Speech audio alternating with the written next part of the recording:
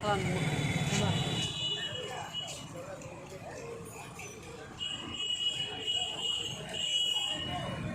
এবারে ঘটনাটা হয়েছে কি সেটা টাইমটা হয়েছে কি সেটা 3:22-এ। তখন আমরা এখানে পাশে একটা রুমে কাজ করতেছিলাম। তখন শুনলাম বাইরের থেকে একটা আওয়াজ হয়েছে।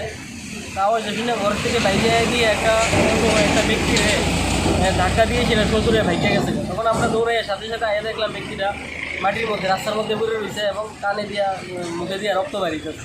তখন সাথে সাথে ওনার সহকর্মী ছিল এবং বাজারের একজন ব্যক্তি ওনারে সাথে সাথে জিবি হাসপাতালে নিয়ে গেছে।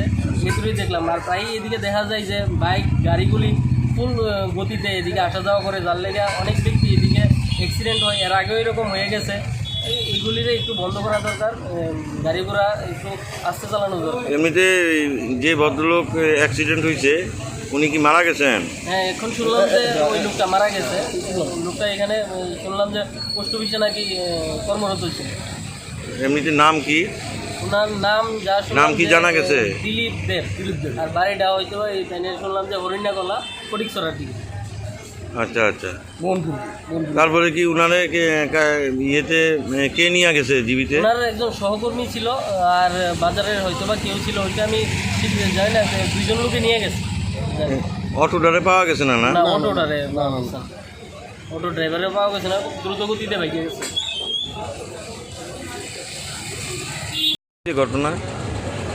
ঘটনা হচ্ছে আমি এনে যে টিফিনের দোকানে টিফিন করতেছি, তার মধ্যে ওই দিলীপ যাইছে করাই। তখন দিই আমাকে ভাই টিফিন দুপুরে টিফিন খেয়েছি না বাড়ির মধ্যে, আমি যে টিফিনটা করলাম তাই না বলছিল আমিও খামাও, ঠিক আছে বোন।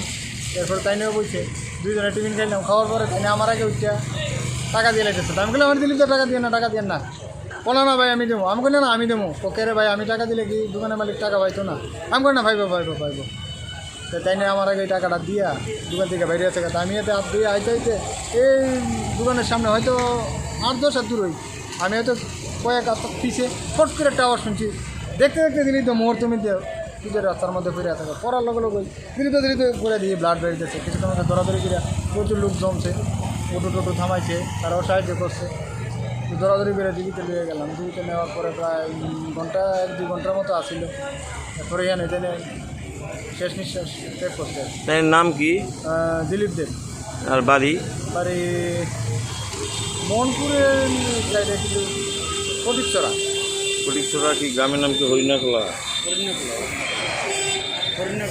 মোহনপুর হরিণাকলা। তো উনি কি বিবাহিত? বাচ্চা টাচ্চা আছে? একটা ছেলে আছে, যতটুকু আমি শুনছি ক্লাস 2-তে মনে পড়ে। তারপরে জীবিতে কি আপনারা কি ধরাধরি করে লয়ে গেছেন নাকি? জীবিতে ধরাধরি করে আশেপাশের লোকেরা প্রত্যেকে অনেকে সাহায্য করছে। ধরাধরি করে জীবিতে নেওয়ার পরে আমরা SDA স্যারও ছিল, উনিও আমাদের সঙ্গে গেছে। উনিও যথেষ্ট পরিমাণে সাহায্য করছে। তাই নাকি পোস্ট অফিসের পার্মানেন্ট কর্মচারী আসলো না? না এক্সট্রা আউটসাইডে। এটা কোন পোস্ট অফিস? তাই না দুজনকে পোস্ট অফিসে আউটসাইডে এক্সট্রা। আচ্ছা ইয়ে যে অটোটা বাড়ি দিছে এটার কি কোনো হদিশ পাওয়া গেছে? আমি তো এই মুহূর্তে অ্যাক্সিডেন্ট হওয়ার মুহূর্তে তো ওনার নিয়ে ব্যস্ত। অটোর নাম্বারও আমি দেখছি না বা ড্রাইভারও দেখছি না। দিলীপ দা দিকে ব্লাড বেরিয়েছে মাথা দিকে দেওয়ার মধ্যে। দেখতে অটো থেকে প্রায় অনেক দূরে।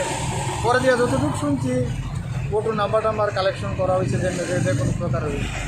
থানাতে কি মামলা করা হয়েছে? আমি যতটুকু শুনছি। তাই বাড়ির লোক আসলো বাড়ির লোক প্রত্যেকেই আসছে। হ্যাঁ, তারাও তো কান্নাকাটি করলো।